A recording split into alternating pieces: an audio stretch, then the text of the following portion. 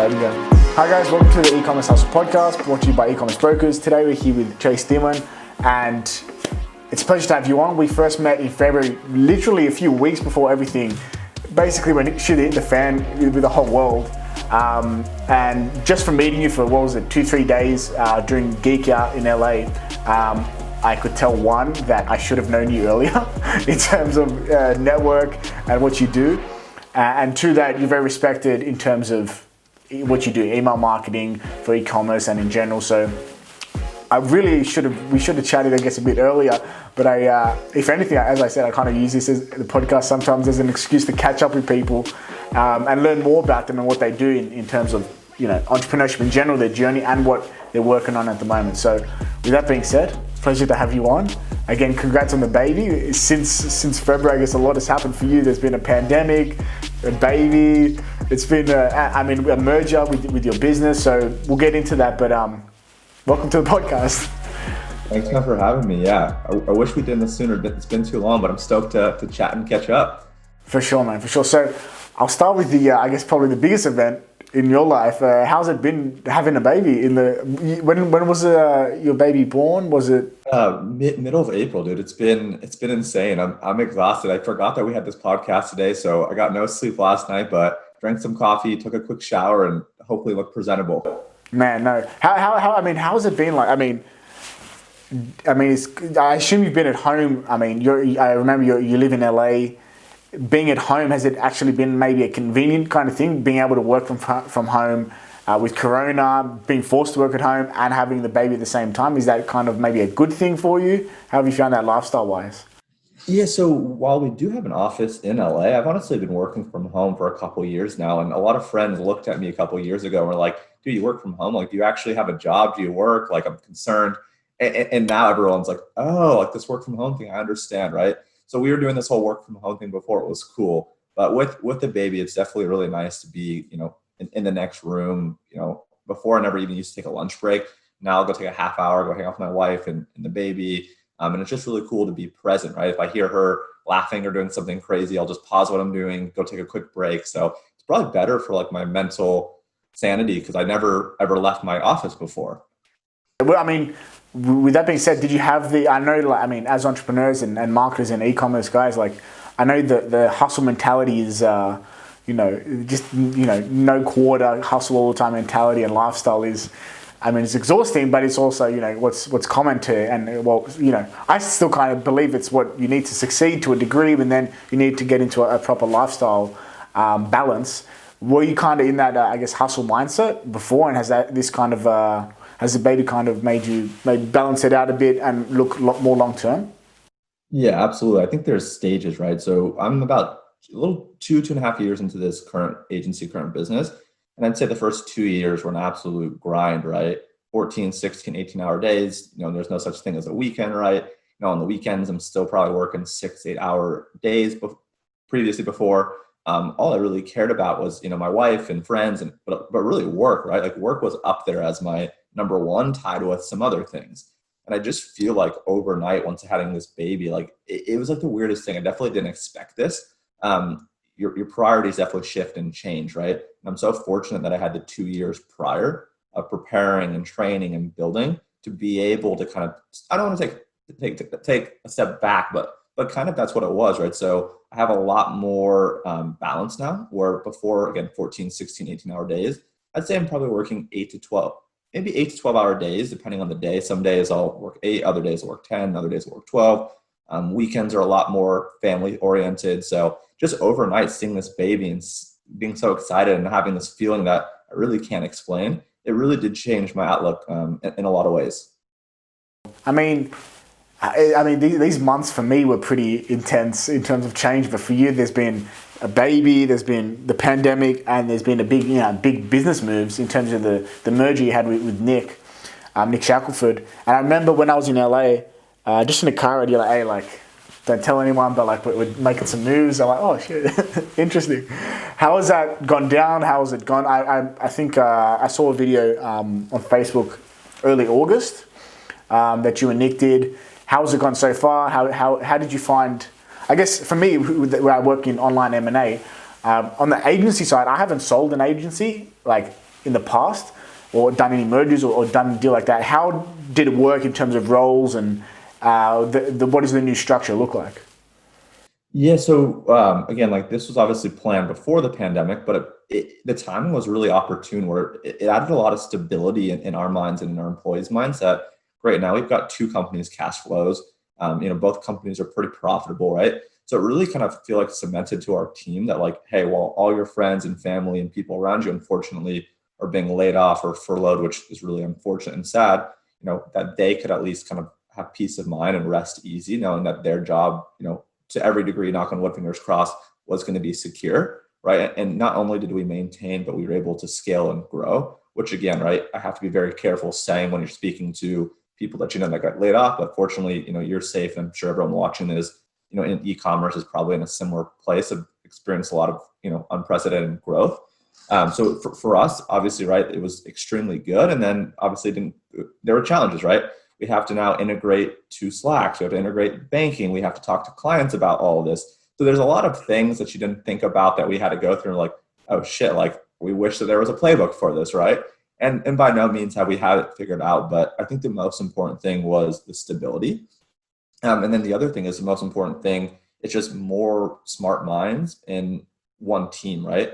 Before I had a partner and we had some employees, Nick has a partner, Jake, right? We all come from different backgrounds and different understandings and different networks. So I think being able to work with them has been really fantastic. And I'm excited. Like we're growing. The team is, even my team, the email team, we've gone from one employee last October to now we have 25 people on the email team, right? With them, the same thing. So I think our company right now has about 40-ish people. We'll probably be at like 60 people or so by the end of the year. So it's crazy, man. It's fun. It's exciting. It's stressful. Wow, man, that's awesome. That's a lot of people for an agency. I mean, with agencies, and you would probably know more about this than I would. I mean, I had a marketing agency, and I had all my guys working freelance. 2 years ago now, and then until I focused on e-commerce brokers. Do you think in the last few years where everyone had an agency, do you think now there's probably a phase of consolidation when it comes to marketing agencies and agencies in general, and this is kind of maybe a reflection of that? Yeah, I think a few things have happened. One, I think when I first started in marketing a couple of years ago, brands wanted to work with companies that had, expensive street names, right? They wanted to work with the biggest logo guys in New York that would charge them, an arm and a leg, but that was like the cool thing to do, right? So I think I've seen a trend of people wanting to go away from working with these big, really expensive agencies that have a lot of overhead to these kind of smaller, more nimble and specialized teams. So I think that's one, right? That shift of just wanting to work with people that are really great and care about you because they don't have 1,000 clients, they don't have 100 employees, they don't have all these things, right? They're a lot more, niche and specialized. I think that's one. And then two, I think in that vein, people want to work with a small group and have one consolidation and one call versus, having to work with 7 different independent shops, right? So I think those two in some degrees are kind of opposite, but they're related, right? If you could find, one team that actually is specialist, and that typically comes from like a bolt-on acquisition or some kind of merger, where we really specialize and all we talk about and all we do is email. With Nick's team, all they talk about and all they do is Facebook. So it's very different than going to an agency that's hiring people internally to do email and Facebook than it is when you combine two companies that specialize in it, right? Now we have consolidation of billing. We're able to be a little bit more aggressive with our pricing, or if clients, wanted to work with us for email and social separately, let's say it might be, X. By them working to us together, they might be able to get a 10, 15% discount, right? Because it's one bill and it's one call, right? So I think in a lot of ways, that's what we're seeing. Okay, awesome. Yeah, that makes a lot of sense. And I mean, like you said, like for e-commerce, it's a weird thing to be on the good side of a pandemic, but as a business broker, as an online business broker, for me, it's been awesome, which is very weird. It is very weird. It's very odd to say, but as soon as and it's funny because I was in LA on the 22nd and 23rd, or around the late February, and then it was 2 to 3 weeks later where I was in Barcelona, and the pandemic started, and that was the start of 3 months of quarantine. I mean, it was so close to the start of quarantine. I mean, America, it happened later, but regardless, for me, the effects of of Corona has been positive business-wise. Lifestyle-wise is a different story, but business-wise has been very positive. How, in general, besides the streamlining of some, I guess, on the tech side for the agency, how's Corona affected business in general? Have you seen that uptick in clients and revenues and so on? Yeah, and again, like I think we're going to look back and really associate to this time a lot of luck, right? I feel like the reason that we're doing well right now is being at the right place at the right time, right? Which goes to our effort for knowing to be here, right? But no one could say we ever knew this was going to happen, so we didn't know how much of a gold mine, kind of a gold rush it was going to be. So the timing has definitely been fortunate and opportune. But yeah, like clients want to just spend more and kind of double down and really take advantage of this time. And it's been really cool to see brands just getting aggressive and to some degree kind of risking everything, right? And kind of going for gold and striking it, right? So a lot of our brands that we're working with, whether they're working with our team through Nick on paid social or internal teams or other agencies, we've noticed a lot more spend. We've noticed a lot more companies investing and understanding the power of email, just because they're like, wow, like we really slept on email, but now it's generating and helping us produce more profits, produce more revenue, which we then got to reinvest back into top of the funnel. We now got to reinvest back into hiring more people. So for us, I think the biggest thing it did was just really cement the fact that like what we do within e-commerce is actually really important and it's not an afterthought anymore. And we're working with probably some cool brands that we wouldn't have had otherwise, that we're working with larger teams that, maybe kind of dropped the ball and we're trying to figure things out when going remote. And we already were remote first, right? So we were just very efficient and streamlined. So I think we got to pick up a lot of the pieces that other people dropped, which is great. Like we'll totally take it. It kind of took the big guys down and it gave the smaller guys a little bit more opportunity and power. So kind of reassess and re-leveled things. Yeah, and it's such a crazy. I remember like 3 months into the pandemic, and I'm kind of calling everyone from Australia, from America, and around Europe, and they're like, I'm struggling to get used to working from home, and they're like, how are you? I'm like, I've been doing this for 5 years. I've been working from home for 5 years, so for me, there's no difference whatsoever. But yeah, one other thing to add, sorry to cut you off, is like I've really realized, like, again, even before, but especially now, like how interconnected the world is, especially in our industry, right? Now that like in person isn't necessarily like something that people need to do or want to do. It's just crazy. Like, I think you mentioned you're in Denmark right now and I'm here in California, and just the clients and the people that I'm now speaking with and that I know through so-and-so, right? They know me through so-and-so. It's just so crazy, like how global and international I feel like e-commerce is in terms of like brands and providers and all the other services that encompass it. So that's been really cool to see. And I think that's been to some degree accelerated just through Zoom being more acceptable and not just being in person. But I also think that was happening before. Yeah, for sure. I mean, I almost every single episode of this podcast, I've said that e-commerce is a very small, like the e-commerce world is a very small world. I mean, it's global and there's a lot of people out there and there's a lot of space to do, whatever, whether it's email marketing, whether it's Facebook ads, whether it's being a broker, there's a lot of space to operate and it is a big world. But at the end of the day, it's hard to, I think 2 podcasts ago, I spoke with James Van Elswyk. And I mean, that guy knows everyone, right? Like, yeah. It's hard to meet someone in e-commerce that doesn't know James. But man, it's such a small, which it's a good thing because if you fuck someone over, everyone will know. And there's no, fucking, you can't continually fuck someone over. Which in that way, it's a very good thing, I think.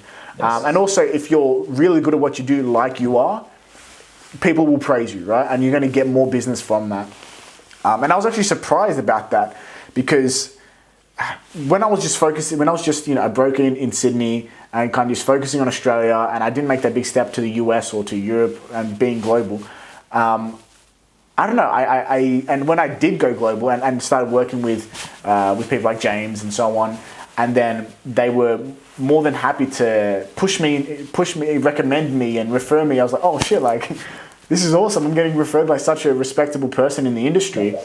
So like everything it's a small world, but if you're bad at what you do, everyone will know about it, and we won't put up with your bullshit. If you're great at what you do, people will love to promote that, right? Like you are with email and with your email list. People I've seen just on your Facebook profile, everyone's like, man, you got to follow this fucking newsletter because it's awesome. And people, that kind of love, I think, is, that's a custom of small communities, right? People will promote the good stuff, get rid of the bad stuff, and yeah, I think it's almost a beautiful thing to see. Yeah, and on that note, right? So like today, our entire book of business, through Nick and through our side on the email team, it's all referral based. It's all inbound, right? Which does a couple of things. We don't have any salespeople, right? Nick and I do all the selling, right? But it's not really selling. It's basically having conversations with a mutual, connection, right? That's been referred to us, which means we get to close the deal literally on one call. I'll have a 30-minute call. We'll be closed. We'll have terms set, right? Everything. We're going to charge more, right? Because now as business comes in, right, we have so much demand and not enough supply, right? So inherently through the laws of economics, you increase pricing. And frankly, we've been too cheap for too long. I think right now where we're priced is probably in the middle. We're definitely not cheap, but we're definitely not expensive. And the quality of our work for the price that we're at is extremely good. So it's just been interesting to your point, like how many people want to go to bat for you when you have their back and when you do well for them and you're just honestly, frankly, a good person, right? I think that's the big thing. There's a lot of talented people, but there's not a ton of people that are very trustworthy and kind of just raw and genuine. So people like Nick, right? People like you, people like James. These are all the people that I really like to talk to and work with because everyone has very similar, vibes and very similar values. So it's fantastic. And that was a great thing I found in LA because when I came to LA, firstly, that was my first time in America, and America for me has been the holy grail. So coming there was a great experience, and you might be able to relate to this, but for me, growing up in a small town, an hour south of Sydney, the thing like this e-commerce thing was always this weird thing I did in my bedroom. I just make some money online. Everyone's like, "So what do you do?" I'm like, I have a marketing agency, I have e-commerce stores. They're like, "What the fuck's that?" Like that's weird. Most people thought I was a drug dealer because they were like, "You're making money online." Like that sounds suspicious, man. But it's kind of like this weird thing that I did in my bedroom for years and years. Slowly, I saw more people doing it, and then even coming to LA, it's like people like yourself, people like Nick and James, and everyone there have this infectious positive attitude, basically. And I was like, oh shit, like these guys do what I do. They love it like I do, and they're so positive and happy about it. I was like taken aback by like the positivity around everyone there, which was, I think, mainly goes to show the network that James and Nick have built around Geek Out, which is just awesome. But it's just awesome to see that, and maybe that's not necessarily. I mean, there's a lot of bad people. They're not a lot, but there's bad people in e-commerce, like there's bad people everywhere. But I think that to be really good at e-commerce, you need to be a good person, because just the community is going to filter your bullshit out if you're not, which I think is a really good thing. Yeah, 100%. And to the point that you made, where people didn't know what you did, like to this day, my wife, my mom, my brother, my friends, like whenever someone asks them, like, so what does Chase do? Every single person has a slightly different answer. At one point, I was working on an incubator, and I told my mom this, and she never asked me like what I actually did. She's like, "Oh, Chase works on an incubator." So all her friends were like, "Oh, so he works with babies?" Like, because like, and then like they would tell all their friends and their daughters and sons like, "Oh, Chase is doing something with babies. Like, how cool, how weird, how strange." And then my father-in-law is like, "Oh yeah, Chase does SEO." And it's like, well, I know SEO, but no, I don't really do that. Someone else says, "Oh, Chase sends lots of spam on the internet," right? So just really funny, like what you actually do versus what your friends and family and people think you do. And for me, like with this agency that I started, even before working with Nick and them, the whole focus and the whole goal of being very niche, it's always been email marketing for e-commerce, really has been so that way friends, family, prospects really understand tangibly what I do. When people understand what you do, they want to help you and they can help you. Before, when I had an agency that did SEO and influencers and all these things under the sun, when you tell all these people, they can't remember what it actually is. So it's that's the game of telephone and banana, right? One person tells someone else something and they don't know how to help you because they don't understand it. So now when I talk about email, everyone's like, "Oh, Chase does email. You should chat with him." A lot of people send me leads that wouldn't be a great fit, but at least they're thinking of me and at least they have an understanding in some degree of what I do. So it's kind of funny. Yeah, it's such a big thing. I mean, I kind of realized that especially with what I do, because one, most people don't even know that what I do is a thing, like selling online businesses. They're like, "You can sell online businesses?" I didn't know that I could sell them. I thought, you just have a business, then it ends and then you start a new one. Which, I mean, that's the education process. Then people are like, "Okay, what do you do?" Even if I'm talking to someone at a bar, they're like, "So what do you do?" I'm like, "I sell online businesses." They're like, Like what though? I'm like, okay, you buy things online. Those businesses, they're real businesses. You have to sell them, but becoming very clear in your messaging makes it easier for people to help you. If they need to know what you do to be able to help you, to be able to refer you. So I think that's such a big thing. And in terms of, I guess, publicity, I'm pretty sure it's been in the last 6-7 months that you've done work with Founder, which is awesome. With the masterclass, with the podcast, and so on. How has that been for your business? Have you got a bunch of referrals from that? And yeah, how's that been for publicity, I guess? Yeah, so I'd say I've been in e-commerce now for probably, about 3 years or so. Nick was actually the one that got me into it. And I've been building really for 3 years, kind of just first year or two was completely heads down, just really becoming a master of the trade. And then I'd say over the past 1 year, it's really been, while still mastering the trade and having a lot of knowledge, obviously still always learning, really starting to share and help other people figure out how to master the trade, right? So I was doing a lot of those things. I was doing kind of some small podcasts and medium-sized podcasts. And then when Founder came around, it really in a lot of ways was like that stamp of approval. It's like, cool, like Chase did this podcast I never heard of, or Chase did this podcast that like someone's heard of, but they don't know. And then when I did Founder, it was like, oh, wow, like I know Founder, like, the Forbes for millennials, they're really cool. So in a lot of ways, like, not that I needed that, but like that was a really cool thing to have. And I'm so glad that I feel so fortunate I was able to do that, because I think a lot more people started taking me a lot more serious, and everything since, right? Oh, Chase is on Founder. Great. Now he can do a podcast at the level of Founder, right? It's kind of one of those things is you just need one whale to be able to land other whales. So it's been fantastic for, students in the course reaching out. Hey, you changed the game for me. Like my business is, double, triple, quadruple, leads, this, that, and the other, right? Friendship, got really close with some of the other founders, with Nathan from Founder, right? So it's been really cool. It's been fun. Yeah, that's awesome. One question that I always ask on the podcast, because I'm always fascinated about, I guess, the journey, especially with your one, that again, it's much more general, but like you said, you've been in e-commerce for roughly 3 years. What did you do before that? What has your journey in entrepreneurship been like? I mean, from after college, if you went to college, what did your, I guess, career look like from before e-commerce? Yeah, so to quickly run you through, at the age of 13, I was diagnosed with Crohn's disease, and Crohn's is basically inflammation of your digestive tract. I was sick for a whole year, like, in bed, lost tons of weight to the point where like it was unhealthy. I went from like 100 pounds to like 85 pounds. I was literally like, a skeleton. Like it was bad. And the reason I was sick for so long was because of lack of awareness of this disease. In the US, I think there's like, a couple million people that have Crohn's, which is like a percent of a percent. I think it's like 1.3 million or something people have it. So I got diagnosed, 14 years ago, right? The awareness then was, half, even, way less than what it is today. So my goal as a 14-year-old, once I started feeling better, was how can I start raising capital and awareness for this disease so that way other people don't have to suffer. So from 14 to 16, I committed myself to really just learning guerrilla marketing, doing flyers, taking out ads in the papers, phone calling friends, sending emails, doing anything I could through kind of the guidance of my parents to get the word out. At the age of 16, I got invited to be the youngest board member at this charity. Today, this charity does like $50 million a year in fundraising. So I served like a 6-year board term for that. And throughout college, I had to help my parents pay for college. So I played, soccer at the university. I did fraternity, I did business clubs, and I had more jobs and internships than, anyone else I knew of. I probably had 6, 8, 10 jobs and internships throughout college just to scrap together money to be able to help my parents pay for my education. And then when I graduated, I worked, at a couple really well-known or kind of well venture-backed businesses. One of the businesses that I worked at and getting acquired by Barnes & Noble for like 60 mil. And I really built a couple products there that helped them scale and acquire, hundreds of thousands of users. And kind of at that experience, once I figured out like, oh man, I'm actually pretty good at this, I started doing some side consulting.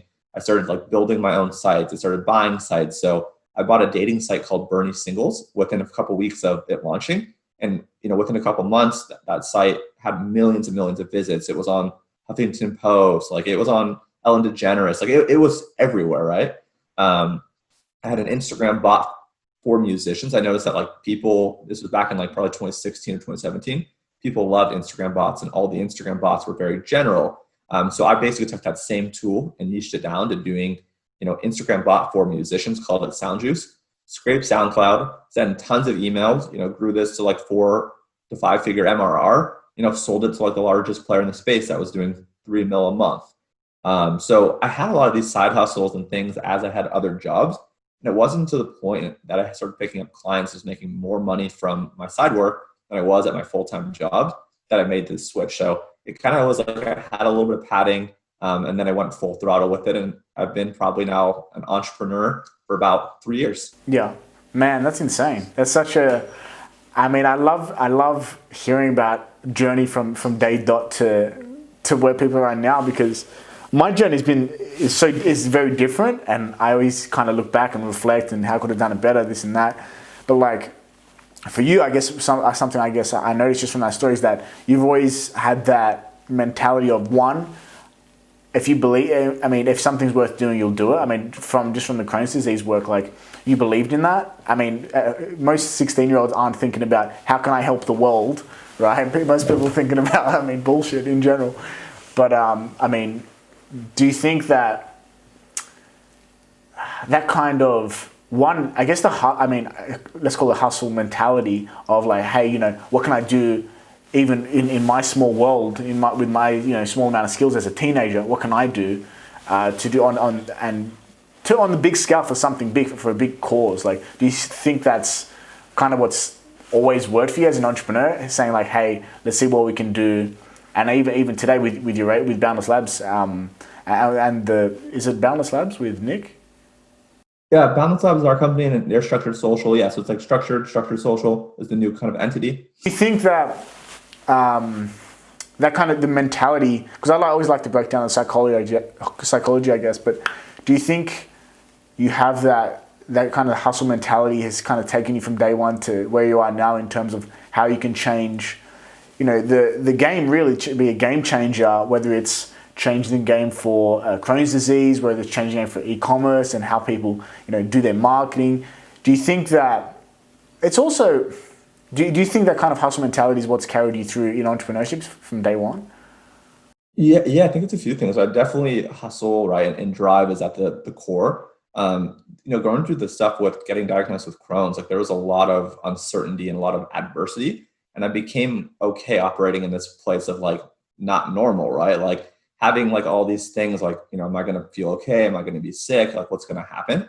But just trying to like really take advantage of the good days, right? And the days that are bad, you'll get through because you have to, right?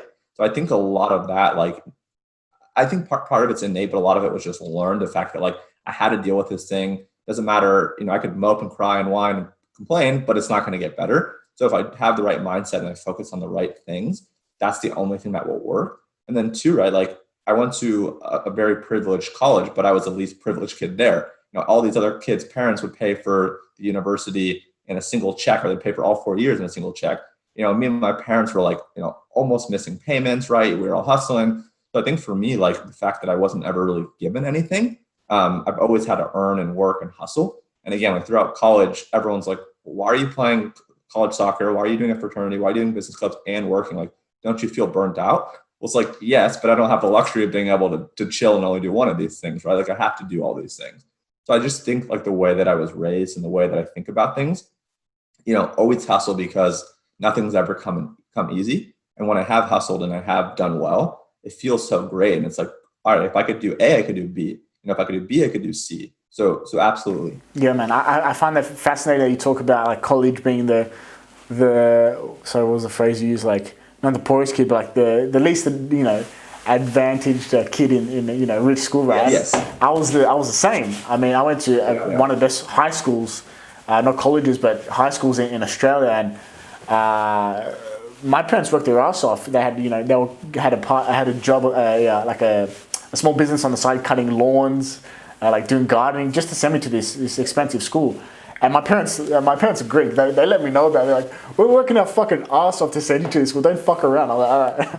So and in the same way, I had a job at McDonald's. I was doing labor work, construction, demolition, through high school. Meanwhile, my friends are like driving around in Range Rovers, Beamers, and I'm like, oh shit, like You guys get this stuff for free. I'm driving around in a shitty Mazda 2 secondhand that I had to buy with my McDonald's money. And but man, I look back now, and at the time, I really despised the fact that I had to work so hard for things back then when others didn't.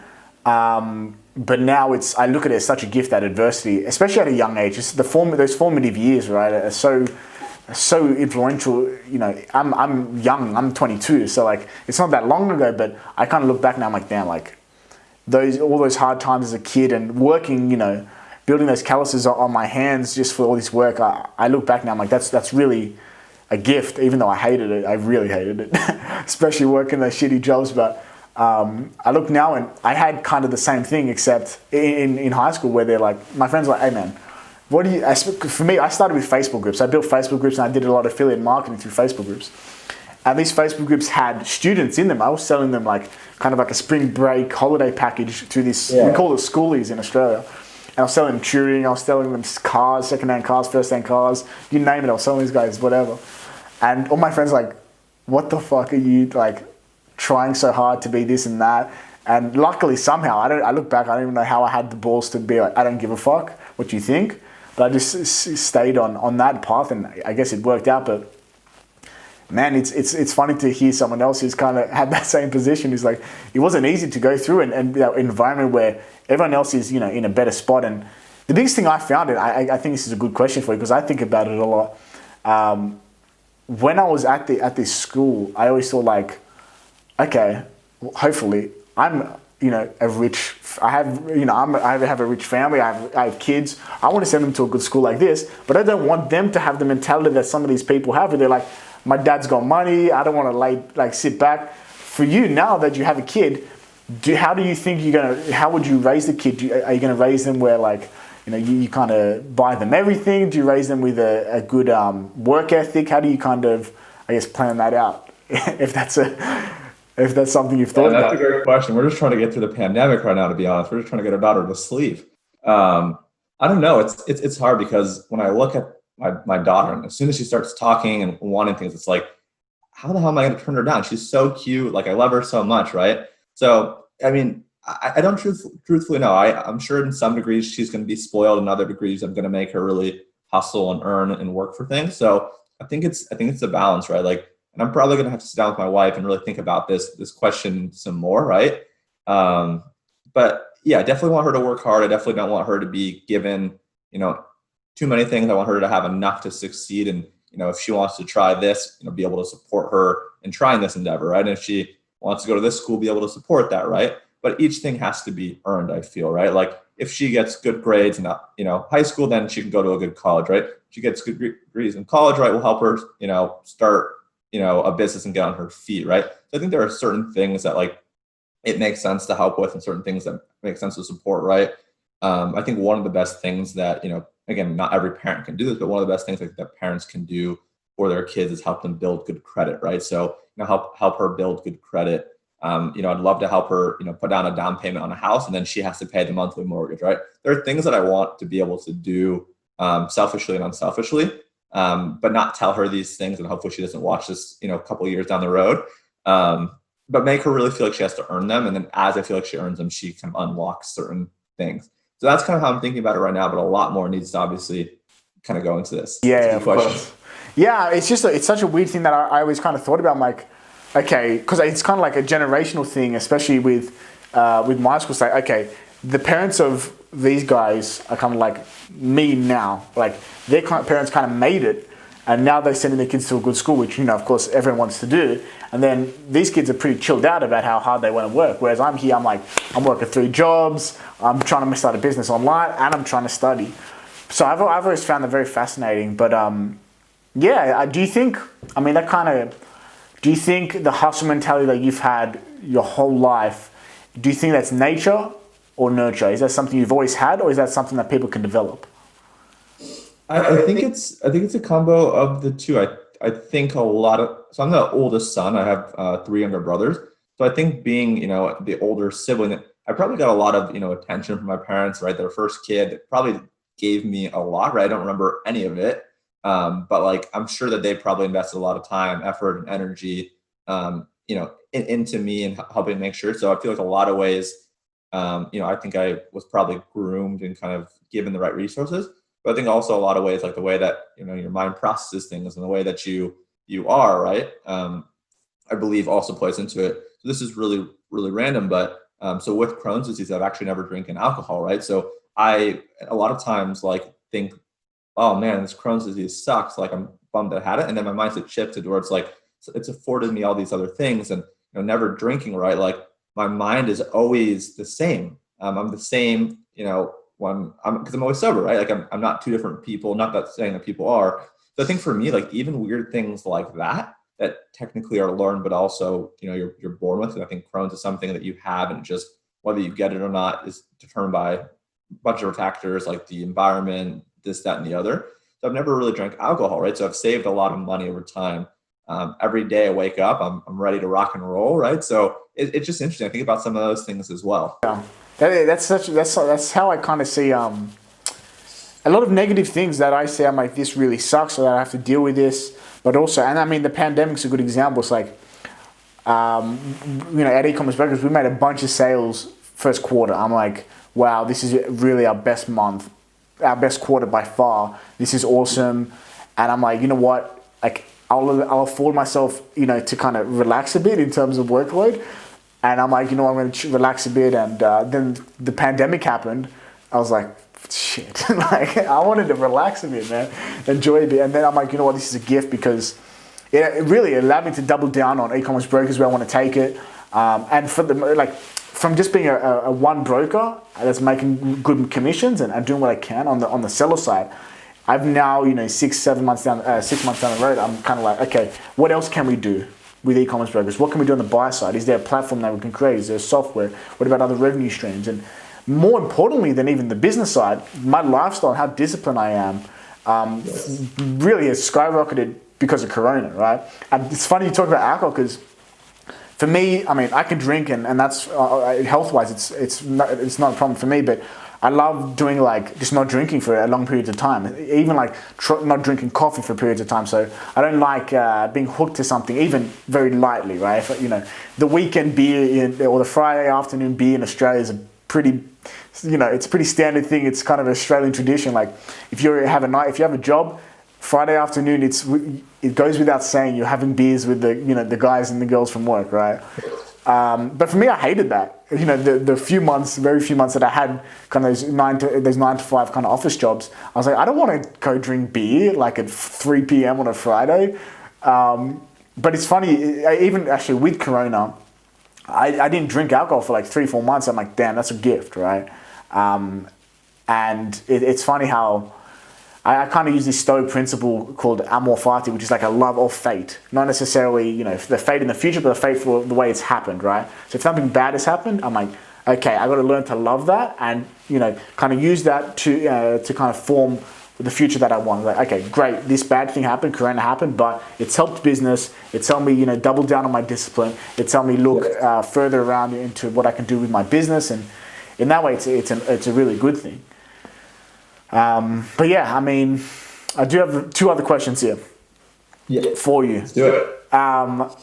With email, and email's been, such a big topic in marketing in general for decades now, decades. What do you think the future of email is in the next 10, 20 and 30 years? Do you think it's going to be as big a player as it is now? Yeah, I do. And I think with the adoption of this new technology, which is called AMP, which is accelerated mobile pages, so essentially will allow emails to become a lot more engaging and fun and interactive, much like a landing page. So a couple examples is like you could do a product carousel within an email. So you could actually say I'm dropping a new product, right? And I want to show like 3 or 4 lifestyle shots or product shots, right? I could actually have a carousel within an email. Someone can click right or left to scroll through. There's also something called an accordion, which say you have like an FAQ in every single email, you have it collapsed. And then when people have a certain question that they see in there, they could click on it and it will expand the content. So I think this is pretty new. Again, it's been around, I don't know, 6 months, a year. I haven't really seen anyone doing it. There are certain barriers to entry, like it is pretty technical. You have to get approved by ESP, you have to get approved by Google. This only works on certain inboxes, right? Like Google for sure. I think there's like a mail.ru, right, which is a Russian one. There's certain inboxes that it supports. I think as people adopt that, that will be, really big and helpful. But in a lot of ways, I think email is going to stay very similar. And I think it's increasing in importance where you have platforms like Facebook and Instagram, all these other things that you never know what's going to happen. Even TikTok, for example, right? Like creators that built a following on TikTok, at any given point in time, right? Trump could issue a ban or something could happen and, you lose all the clout and all the following that you build.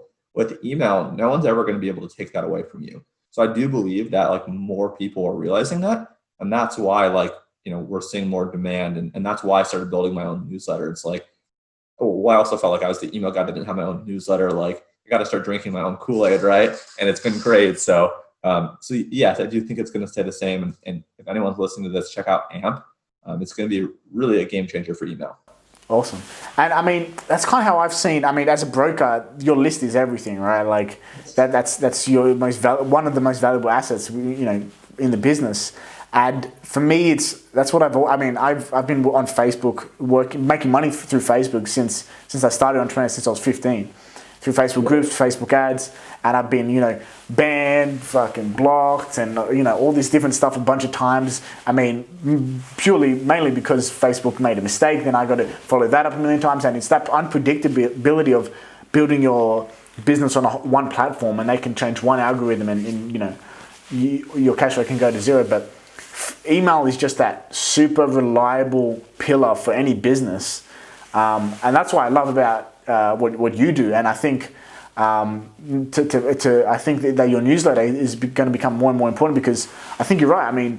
Email is innovating as well, right? With all these changes, email in itself is innovating. It's not this old technology that's not innovating as fast as everything else. It's slow, but it's the reliable one. You get an email from a company, you'll open that up. You get an ad on Facebook, it doesn't have the same weight, I think. Even how I kind of do my marketing, the majority of my focus is on email. LinkedIn, Facebook, it's solid, it's good, but at the end of the day, email is everything. That email list, how I send listings, how I find buyers and sellers, it's all through email. But with that being said, in terms of, so I know you have the agency, and that's where most of your time and focus goes. And I know definitely, in terms of your focus, as soon as you doubled down on the agency, that's when you saw more success. Do you have any brands of your own, or brands that the agency itself owns that you work directly on, or is it all with clients? Yeah, right now it's all clients. Between the email and the paid social, we're probably working with 65 to 70 brands currently. But our goal at some point in 2021 is to start developing our own brands. So we're really building the team up. We're really building kind of the knowledge hub. We're saving a lot of cash, right, in the company bank. So we really are trying to do things the right way. But with Q4 being, the shit show it's going to be, we can't even comprehend or think about anything outside of what's currently on our plate. So the answer is no, not currently, but the answer is yes in the future. We will be building some brands. For sure. Awesome, man. Well, yeah, man, that's kind of the Rolodex of questions that I had. I think it was awesome to catch up and kind of go through everything about. I love the story behind your hustle mentality over the last few years of your journey. And for anyone who hasn't signed up to your newsletter, I'll link it in the description and share that, because it's I don't know where else you're going to get as up to date information on email really anywhere. So I'll link that, and yeah, man, thanks for coming on and having a chat. Thanks for having me, bro. I'm looking forward to the next one. We'll have to do part 2 at some point in the future.